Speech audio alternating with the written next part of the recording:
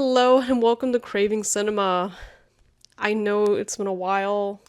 I had a bunch of technical difficulties, and on top of that, I had a lot of stuff that I was just working on personally. And that just totaled into me not being able to get a video out. So it's just been a bit of a mess. So with that said, I have a lot of movies to talk to you about, and let's get started. I know I kind of stopped my reviews on the 29th of January last time because of Sundance.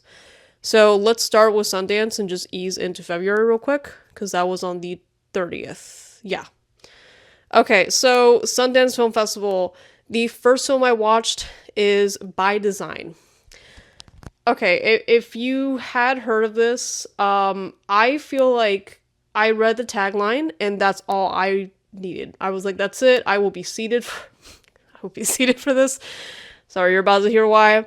So, the summary is a woman swaps bodies with a chair, and everyone likes her better as a chair. That's all I needed to know. I feel like that premise to me was it. I really should have done more research on this one because in the end I gave this 2 stars. So we essentially follow a woman who's very much unhappy with her life and falls in love with this chair because everybody else is in love with the chair, and she wants to feel like that admiration of like everybody being so into you and just loving you for the very thing that you are. We're seeing Camille like live this amazing life as this chair that is beloved by its owner. And then in turn, we are seeing Camille's lifeless body because a chair has no soul. So she's just literally like laying around places. And everybody is like reflecting their feelings and thoughts onto this person and acting as though they are responsive when they're not. I love that. And that was one half of this film. And that whole sequence was my favorite thing. I think Camille as a chair just didn't exactly work for me. It was a swing. I know there were quite a few people that really enjoyed it, so I think that's just me. And up next, we have Bubble and Squeak. When this movie starts out, it very much feels like a Wes Anderson film, and I was so excited in the beginning of this. I just think it could have been handled a little better. Tonally, we were kind of all over the place. It's a married couple that is realizing, should we have gotten married? You know? Like, did we do this just because it's what you're supposed to do? And there's a sequence in the end that hit me so hard. Like, it was this really beautifully done emotional sequence. And I was so upset because I just felt like the rest of the movie doesn't earn this amazing scene that they set up. But yeah, I'm going to keep an eye out because I think there's a lot of potential there, and I would love to see if maybe just with time he can really, like, you know, get a little bit tonally and make some really amazing films. You never know. Up next, I have Sukwon Island. Unfortunately for me, I think if I had read up a little bit more on Sukwon Island, I would have, I guess, possibly known that it wasn't going to be for me. Father and son, who the father, I guess, buys an island that is uninhabited, and wants to spend a whole year with his son on this island and just be out there and just do the whole survival thing and homeschool him for that year. And you're watching just the trials and tribulations of truly living off the land. Swan Arlod. There we go. Yeah, Anatomy of a Fall. This is the lawyer from that. And then, if you have seen Come On, Come On, that is Woody Norman, who playing the son. He's so freaking great. But these two together, I thought were so great. And I want to see more movies from both Swan and Woody. I would love to see that. So I'm excited to see more from both of them. This unfortunately didn't work for me. I gave it a 2.5. I think emotionally it works, but that ending just killed anything that the movie had going. And that's just me. So from there, okay, I need you to know right now, during Sundance, I was watching like 2 movies a day. by kind of accident because I planned everything really poorly. I watched By Design and Bubble and Sweet together. I did Sequel and Island, and then jumped into One of Them Days. And this is one of the Dumptuary releases. And let me tell you, this was a good time. And we're following two best friends. One of them, her, I guess I'm gonna say boyfriend, basically steals their rent money, and they need to come up with the money ASAP so they don't get evicted. So they go on this wild adventure, and it's such a fun time. It really was. I had a great time. The theater that I was in was laughing quite a bit. It was just a really nice movie, and I would love to see more movies like this be made. Keke Palmer and SZA. They were great together. I didn't know what to expect from SZA, but I would love to see her in another film, another comedy, honestly. Okay, up next for Sundance, we have Atropia. Okay, so when an aspiring actress in a military role-playing facility falls in love with a soldier cast as an insurgent, their unsimulated emotions threaten to derail the performance. This is a film that I was under the impression was going to be a comedy, and it is. It's like this. Atropia was pretty funny. I think my issue is that as the story progresses and as we get deeper into this relationship, between this actress and the military officer, we get more and more serious, and the comedy just kind of fizzles out. And I think this film actually is its strongest when it's hitting that comedy mark. I think I would have liked it better if we kept it going with that mood, because then it kind of gets a little weird at the end. But yeah, we'll see. I gave that one 3 stars. I don't know if other people would like it more than I did. I think it's a fine movie. It just could have been better. Could have been better handled tonally. Again, I feel like tone is like a thing going on with these movies. Okay, Companion. Okay, Sophie Thatcher. We have just seen her in Heretic. Really loved her in that. I hope she's our new Scream Queen. I would love to see her in more films. Jack Quaid has such a punchable face, and it's so perfect for this. He's got that goofy smile, and at the same time can be so sinister. I love seeing him and how we view him evolve throughout the movie, and what a little piece of shit he is. I mean, oh my god. And a lot of people complained, oh, this could have been like an incel movie. And I feel like really this movie is touching on a bunch of things at once. And that's fine. I still love the way that all of these performances went, the way everything was set up. I had a really good time at this movie. I don't always get to have that with new movies, and this was a great time. All right, so let's talk about the last 2 Sundance films I got up here. Obex. Obex was, oh my god. I think this would have gotten a higher score for me if that ending had hit just like a little bit harder. And a lot of people have been comparing this to Eraserhead, which I haven't seen yet, but March. I promise you right now, March. I'm watching Eraserhead. So, Obex, we have a man that I'm going to say right now has agoraphobia. Jesus. Couldn't pronounce that for a second. He is just boxed in his house. He has a dog, and it's just him and the dog. There are screens all over his house. He has this really cool setup. I hopefully will have a picture of it here. He has 3 TVs stacked on top of each other. I thought that was so cool. The whole setup of his house was so cool. He has just figured out a way to permanently live inside. He one day decides to buy this game, and essentially like seems to get sucked into the game due to his dog being kidnapped by seemingly like the big bad in this game. And we go into this kind of like surreal fantasy type of world. It very much feels like you are in like one of those like fantasy RPG games. I feel like that ending could have hit harder. It was still like a beautiful ending. I loved it. I think that boss battle, oof, it could have been amazing.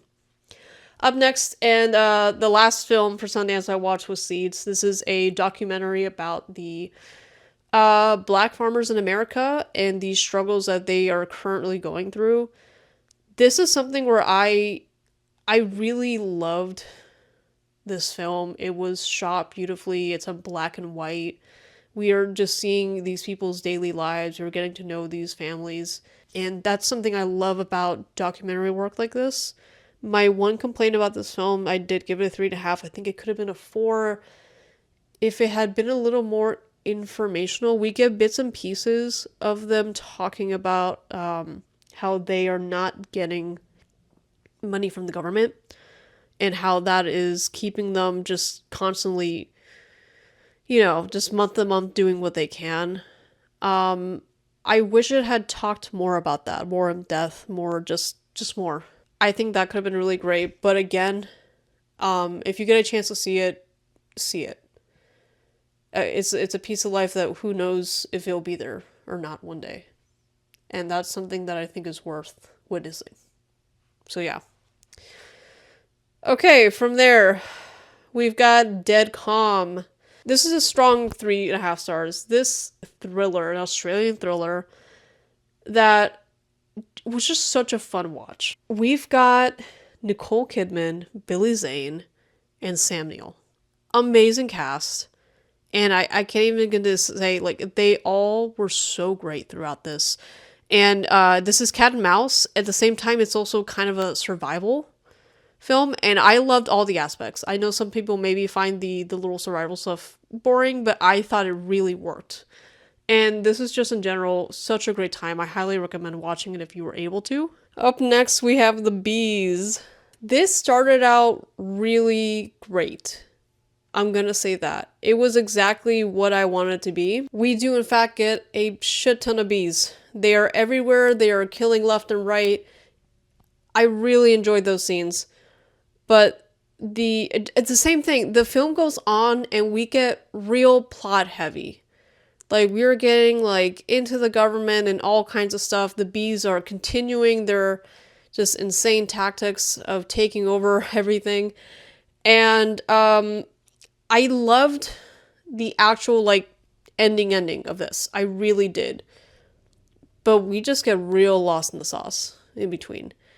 And that's something that kills me. This, once again, is a film that I feel like could have been so great. Just an amazing, like, animal attack film. But yeah, quite a shame. 2.5 stars. This could have been a way better film. But still a good time for that first half if you want to give it a shot. I watched it on Tubi. Up next, we have the Anderson Tapes. Okay, so that the Anderson Tapes is actually my first Sidney Lumet film. But yeah, I think this was beyond perfect for the surveillance collection. The amount of surveillance happening in this is just insane. Just the classic, like, gets out of jail and is like, cool, like, let's score big again. And we have that whole thing where it's the whole, like, you son of a bitch, I'm in segment where he's like getting the group together, getting the boys together for this big heist in this apartment building, like a, one of those skyscraper type of things. I think the first half of this is a little bit like, but then once the heist hits, it hits. I'm sorry. Those last like 30 minutes of the film, I was on the edge of my seat. I loved it. I love that it's not even just like you watching these guys like, go through all the measures of the heist. The people, the very residents of these apartments are characters. They're not just screaming around and be like, oh, help me. Each of them have a personality, and it's on full display when it's their turn to be robbed. It was a great time. Oh my god. I highly recommend this, and yes, you will be very much paranoid by the end of this film. Okay, The Boston Strangler. Oh man. I also give this 3.5 stars. I felt like this could have been so good, and it started so good. If you've ever seen The Boston Strangler, it has a very unique way that it sets up its shots, and it was something that I thought was literally just the opening credits. but it carried on into the film. And we are having these like little screens show up here and there, and sometimes they're all like multiple screens showing different things happening at once. That goes on through the whole film, where we are constantly getting so many different viewpoints of one thing happening. It really kept me engaged, and the way it was done was so playful and creative. And you know what I mean? Like, there's just something there that was so magical about the first half of this film.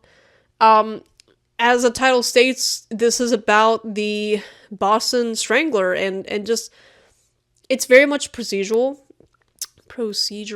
at first. So we are watching the police try to figure out who this strangler is, and I kind of wish we had stuck with that, because honestly, that second half is you seeing how the Boston Strangler does his thing. And don't get me wrong, that was horrifying to watch. It was really well done. I do like that we were shown how it is that he's getting into these apartments. But honestly, from there, it just turns into trying to break this person down, and I didn't enjoy it. And that ending was just whatever to me. So I feel like so, like, conflicted, because I feel like the first half is so strong, but that second half just didn't work for me. It's such a shame. But yeah, give it a watch. It could still maybe be more up your alley than mine. You never know. Up next, we have another new release. This is Hard Eyes. Okay, I gave this 3 stars, and that is not a bad score, I'm going to say right now. Yeah, so we have the Hard Eyes Killer, which is notorious for killing couples on Valentine's Day. And it's a different, like, city every time, something like that. Police are trying to catch him, and essentially, this man and woman that just honestly have an insanely bad first date, they are mistaken as a couple by the Hard Eyes Killer, and are then being chased throughout the city. So this is a true mixture of rom-com and slasher. The kills are pretty grotesque. We don't shy away from any details. I really enjoyed that there was a couple scenes that had just like real effects, that it wasn't digital. Or like, rather, I would say it's kind of a mixture of practical and CGI. But you could tell in a couple scenes, like, oh wait, there's a dummy in there before it gets like destroyed or whatever. So yeah, like, really, like, blood and guts film. And on top of that, it's got that cheesiness of a rom-com, and this, this couple that couldn't be any more different from each other, but, kind of start to fall for each other. So if that sounds like your vibe, check it out. I think it was pretty well done. The effects were definitely well done in my book. Okay, next up, I decided to rewatch Showing Up. This is her film from 2022, and this is all about the creative process. So in the days leading up to a possibly career-changing exhibition, a sculptor navigates her relationship with friends, family, and colleagues. This might not be everybody's vibe, and I will 100% understand if it's not. It's a 3.5 star for me, but I just love it, and I can't even explain why all the way. I think a part of me is so fascinated watching the creative process and how different it is for everybody. And this was filmed in a school. Oh my gosh, I can't remember the name of the school. I'll have to look that up. I'll put it up if I do find it. So there's scenes that Kelly Reichardt adds that I just really appreciate, where you're watching real students creating and just being like in their zone. I feel like your creative process kind of reflects who you are as a person. We're following Michelle Williams' character, and she is a bit of a hermit. She creates like by herself in this like little studio, and all her works are small, and she's like this like little god looking over these sculptures. And I feel like that's so reflective of her character. Like, she's like so like, like tightly wound, and it's visible in her character and how she interacts with other people. And then we have Hong Chau, who is such a vibrant being. Her exhibition is taking up space and just like really being in your face. And it's so great. And she is that person in real life. Again, something I just love about this film is like seeing the artist and then the artwork and how intertwined they are. Such a detailed film, and I really think you should check it out. Again, it's not going to be for everybody, but I just adore this film. I really should just give it the 4 stars because I'm sitting here gushing about it. Up next to the 5x5 challenge, we have Night Moves. This, I think, this is the lowest score I've given Kelly Reichardt. And it's kind of funny because I really was like, maybe I'll like this more than everyone else, and I don't think I did. I think everybody kind of gives it a 3.5. So this is the story about 3 radical environmentalists coming together to execute the most intense process of their lives, the explosion of a hydroelectric dam. I think the first half of this, when we are building up to the explosion, is so well done. And I was so invested. I was, again, on edge when we're like really in it. After that, this really is more of a character study, and our main character, I mean, I think technically it was always our main character. I think it took me a second to realize who we were really following, which is Jesse Eisenberg's character.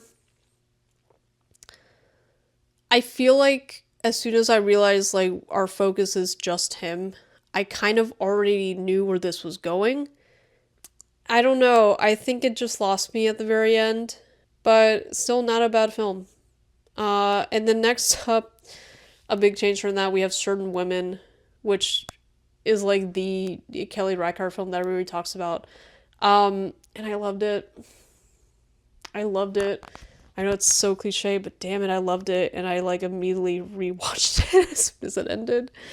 We're following 3 very different women, and essentially the way Kelly Reichardt has kind of described this is that they all are like wanting something that they can't have, whether they realize it or not. And I don't know. I don't know if that's completely true for all of them. I think once you know that, I would say the Michelle Williams character makes so much more sense. Like it's there, but I feel like that like kind of clicked in for me because I think a lot of people have complained about the fact that Michelle Williams' section is kind of just, it feels odd compared to the other 2 stories. But I think if you're looking at it through that viewpoint, it makes sense. And I don't know, I think in general, like, all of these stories work for me. I was just really in it for all of them. And I think, again, visually stunning. I'm always going to say that. I think Kelly Reichardt has such a knack for picking these locations that we are just, like, marinating in. Certain Woman is amazing. You all know it is. I watched this on Criterion Channel, and I loved it. Absolutely loved it. Okay, also from the Criterion Channel, we've got Serial Mom. I finally watched this, and this is my first John Waters film. I don't know if it's like the one that I really should have watched my first one, but I adored it, so I don't care. This film was hysterical. Oh my god, I was laughing throughout so much of this. It was amazing. John Waters is is over the top, and this is definitely over the top. It is campy. It doesn't shy away from anything it's doing. The characters are goofy in the best way possible. I just had an absolute blast with Serial Mom. I really hope everybody checks it out that hasn't already. I loved it. I absolutely loved it. I will definitely be rewatching that again. It's just such a good time. All right, up next, A Different Man. Okay, so this is for, like, yeah, I know, I'm finally getting into some of the Oscars. I know, it took me a while. Okay, so A Different Man. I feel so sad because now that I've seen this, I wish it got nominated more. Now that I've seen also The Apprentice, so now that I've seen the 2, I'm gonna say that I just feel like Sebastian Stan has way more range in a different man. Expiring actor Edward undergoes a radical medical procedure to drastically transform his appearance, but his new dream phase quickly turns into a nightmare. So I think that's a really good way to put it. And it is like, this is a weird spiraling nightmare, and I absolutely loved it. I do wish he had been nominated for this performance. I wish a lot of people got nominated for these performances. But yeah, I think give it a try right now. It's on HBO Max if you have that, and available for VOD as well. Okay, so up next, we've got Old Joy. This is another Kelly Reichardt film. I give this one 3.5 stars. I really enjoyed it. Once again, Landscape is a character in the story. We have these two friends who are very much going in different directions in life, and you can feel it in the way they speak, the things they speak about. And I think, like, this is one of those things where you just kind of have to, like, let yourself ease into it. And when you do, you just really vibe. And that's what this is, like, kind of like a buddy, like a vibe film. There's not a whole lot going on, but at the same time, this is like the same thing I've been saying, like, not a lot's going on, but everything's going on. Like, Kelly Reichardt really is the master of that, of, like, just these quiet films that have so much to say in the silence. And I think that's true for this one as well. So I would highly recommend checking it out. It's also on the Criterion Channel. Up next, I have Bad Shabos. Okay, so listen. Yes, I gave this one 4 stars. I was just saying we need more comedies, and here we are with Bad Shabos, a movie that I didn't see a single marketing for this. Like, I didn't see any advertisements. I didn't get anything on any of my social media platforms for this.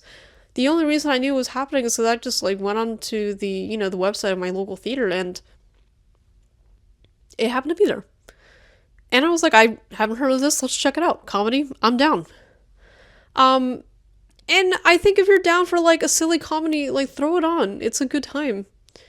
So, Bad Shabos, an engaged interfaith couple, are about to have their parents meet for the first time over a Shabbat dinner when an accident